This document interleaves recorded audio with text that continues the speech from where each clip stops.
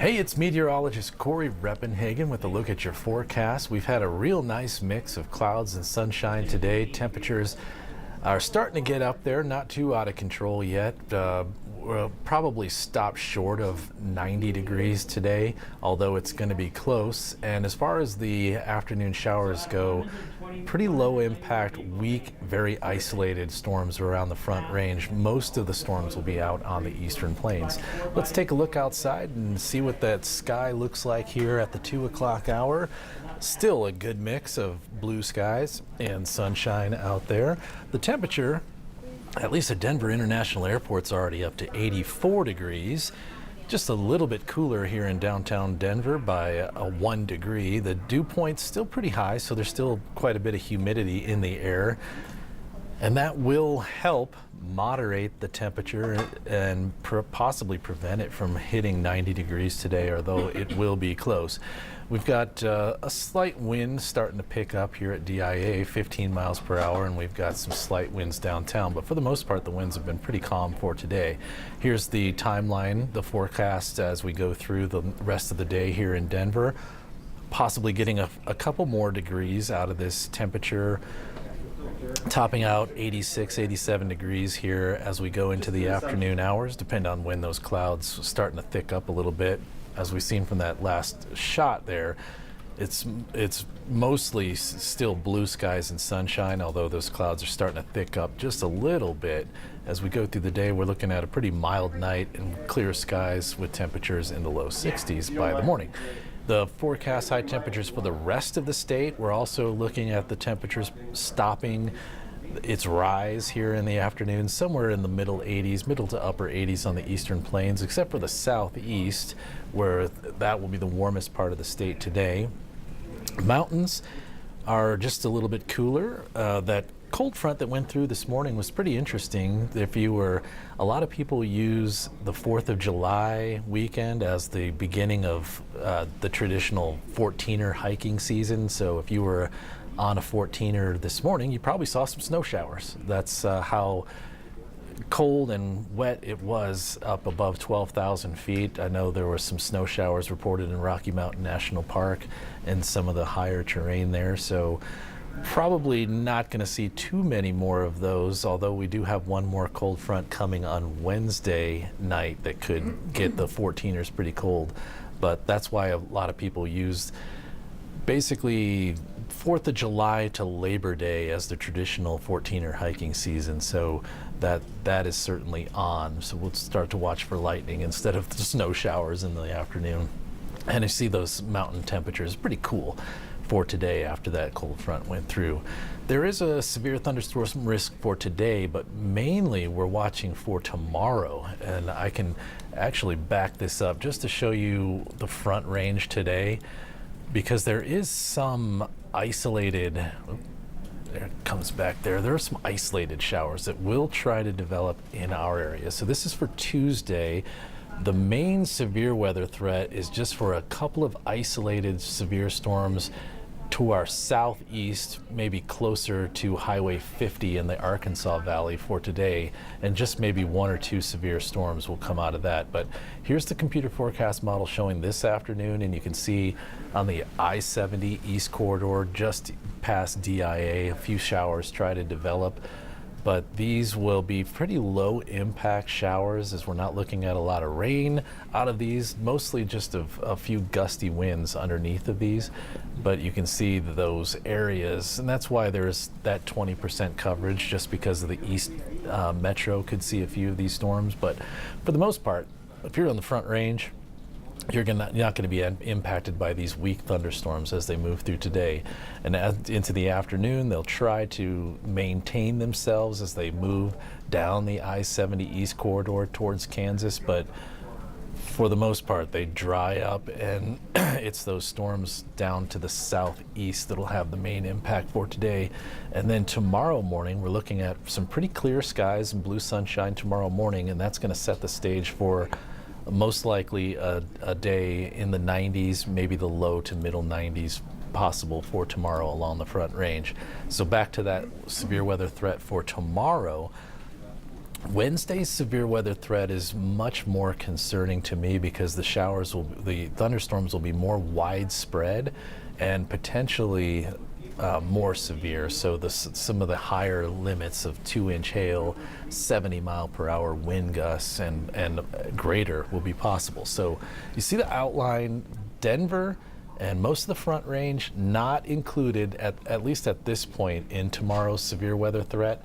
These will be forming on what's called a dry line. So there's this pretty much daily occurrence of moisture just pushing in from the east, and where that meets the cooler air, drier air coming over the mountains, that's kind of what we call the dry line, and that setup is going to push pretty far west for tomorrow, and that's where these storms will initiate and become severe. So we're really keeping an eye on the yellow shaded areas, which is a level 2 out of 5 threat, and that's mainly in that area where we're going to see those severe storms. And there's a very good chance of catching a storm because as we look at the computer model for Wednesday, they will be quite extensive in coverage because it'll be kind of linear, forming a bit of a line. This computer model has the initiation of these storms just after noon tomorrow, and at least this model likes it pretty far to the east, so even past the Lyman area, or at least in the Lyman area.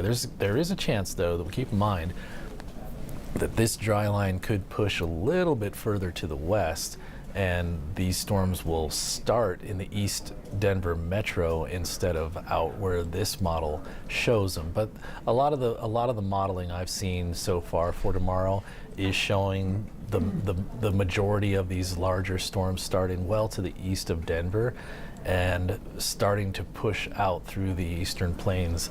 And if you see the characterization of these storms at the 2 o'clock hour for tomorrow, quite a line of really powerful thunderstorms possibly for tomorrow. And because it's forming that kind of squall line look to it, watch for some very powerful winds out in front of this. There will be rotating cells along this line, so we could see supercells and the impacts of supercells like large hail and tornadoes. But once they go linear like this, you also watch for some straight line wind gusts out in front of the squall line that could be 70 miles an hour or greater, even 100 miles an hour as these storms move through the eastern plains. So certainly some really impactful storms. And the reason why we may see a severe thunderstorm watch issued at some point tomorrow afternoon is because these are going to be very widespread from the top of Colorado all the way to the bottom. So quite a few areas will be impacted by these storms, and that's why there's a little bit more of a concern, and will most likely be a severe thunderstorm watch issued tomorrow. But look at the timing of this. These could be clear of the state for the most part by 6 o'clock tomorrow night. So we're really looking at a window between noon and 6 o'clock for these really powerful damaging storms. And then we'll wait to see if there's any outflow pushing back from these storms to the west. You can see at the 6 o'clock hour that development behind the squall line there in the Kit Carson area. That would be because of outflow from the previous storms. And we'll see if those make it all the way to Denver. So far, the computer modeling, the simulations that I've seen so far, do not show that potential of those so outflow boundaries making it all the way back to Denver to create any late evening thunderstorms. So once that initial threat goes by, that's probably going to be it for the threat along the Front Range. And then as you look at the 7-day forecast, of course, we're back in the 90s tomorrow like we addressed with we'll leave the lightning bolt in there for tomorrow because there is a chance that those storms could start a little further to the west than some of these computer models are showing. So we'll leave that lightning bolt in there. And then after those storms go by on Wednesday night, even after midnight, so between midnight and sunrise on Thursday, which is the 4th of July, we'll have another pretty good cold front rolled through, and that means your 4th of July is going to be full of cooler air, so we're talking about low 80s, and a lot of dry air. So that's something we haven't seen the last few 4th of Julys. Mother Nature's added her own fireworks to our 4th of July celebrations. So this time around, it'll most likely just be our human-made impacts of the fireworks in the skies for tomorrow. But do keep in mind that the lower elevations are drying out quite rapidly. So any area below 7,000 feet is starting to get up there into the higher risk of wildfire, at least the larger wildfires. We've already seen several smaller ones already. And then another little cold front for Friday will keep us below 90. Probably getting back up there into the 90s on Saturday before one last cold front comes through this weekend in this series. Not looking at a widespread precipitation potential there on that cold front, on any of these cold fronts really. And we're entering what's a drying trend. So over the last 10 days, we've seen that monsoonal type moisture flowing in from the southwest. That's done. So those taps are going to be shut off for a good 7 to 10 days, maybe even longer. We're looking at very little precipitation opportunities for the Front Range coming up all the way into next Monday. And then you see Tuesday of next week, looks like we're going to be starting another ridge of high pressure setting in, which means another heat wave is coming, likely going to be at least 4 or 5 days in the middle 90s to upper 90s, and that'll start next week. And on this 7-day forecast, you can see Tuesday's already there at the end of this week, starting at 92, and that's just going to be the very beginning of what's going to be another heat wave. So we're going to have 7 days of dry, very low precipitation on the Front Range, followed by another week of very high temperatures. So a kind of a repeat of what we saw in June, right before that monsoonal moisture started to push in, where we saw those very hot temperatures for an extended period of time, and then just some brief precipitation chances. So we're looking at a very similar situation to what we saw in June. So hopefully that helps you with your planning over the next 7 and even 10 days beyond this forecast. So hopefully that helps you out. Thanks for watching and have a great day.